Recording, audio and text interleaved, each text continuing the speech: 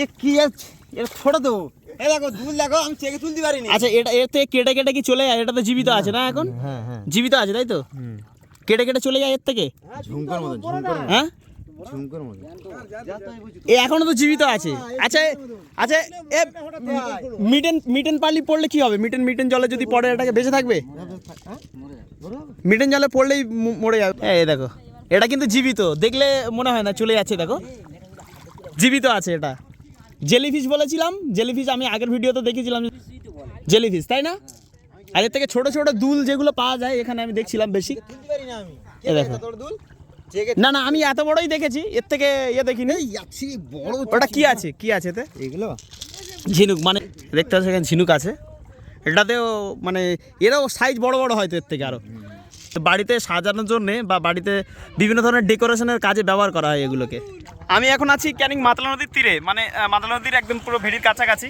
আর এখানে এই জেলিফিশটি দেখা গেছে জীবিত থাকে, এর থেকে বড় বড় সাইজ দেখতে পাওয়া যায়। আর ঠান্ডা কাটিয়ে গরমের দিকে মানে যে সময় আবহাওয়াটা চেঞ্জ হয় সেই টাইমটা কিন্তু এগুলোকে দেখা যায় নদীতে।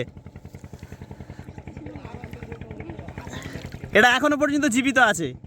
মিটেন জলে বাঁচতে পারবে কিনা বলতে পারছি না, বাট এখানে আর নোনা জলেতে জীবিত আছে। এই দেখো এখানে আরও ছোটো ছোটো, দেখো ছোটো ছোটো দুলগুলো দেখা গেছে, দেখো এ দেখো ওর মতো চলে যাচ্ছে কিন্তু ভেসে ভেসে। জীবিত হয়ে গেছে, আবারও জীবিত, আবারও হয়েছে, মরে গেছে কিন্তু এ তো যাচ্ছে সামনের দিকে এগিয়ে। বিশেষ করে যে টাইমটা ঠান্ডা চলে গিয়ে গরম আসে সেই টাইমটা কিন্তু এই জেলিফিশ বিশেষ করে নদীর সাইডে বা নদীর মাঝখান বরাবর দেখা যায়। ঠিক আছে, এটা কিন্তু একজন নিয়ে এসেছিল ওই জায়গায়, তো আমি ওটাকে দেখালাম। আর এই পিছনের সাইড থেকে মানে আমরা হেঁটে হেঁটে যাচ্ছি এই দিক থেকে, মানে নদীর গালা দিয়ে দিয়ে। ঠিক আছে, এখান থেকে হয়তো জেলিফিশ দেখা যেতে পারে আবারও। তো তোমরা টানা দেখতে থাকো, আশা করি ভালো লাগবে ভিডিওটি। এটা কিন্তু জোয়ারের টাইম, আর জোয়ারের টাইমে এই টাইমে ভেসে ভেসে জেলিফিশগুলো কিন্তু এই নদীর সাইডে সাইডে চলে আসে। বেশিরভাগ টাইম নদীর মাঝখান সাইডে গেলে, মাঝখান বরাবর গেলে কিন্তু দেখা যায়। আর একটি নতুন জিনিস আপনাদেরকে দেখায়, আমার হাতে যেটি আছে এটাকে দুল বলা হয়। আর এর সাথে সাথে কিন্তু বাগদার মিন বা বাগদার ছোটো ছোটো বাচ্চাগুলোর সাথে আসতে শুরু করে দেয়। আজকে ভিডিও কেমন লাগলো সেটা অবশ্যই কমেন্টে জানিও। চ্যানেল বা ফেসবুক পেজ থেকে দেখলে চ্যানেলটি সাবস্ক্রাইব, পেজটিকে ফলো করে যাবে।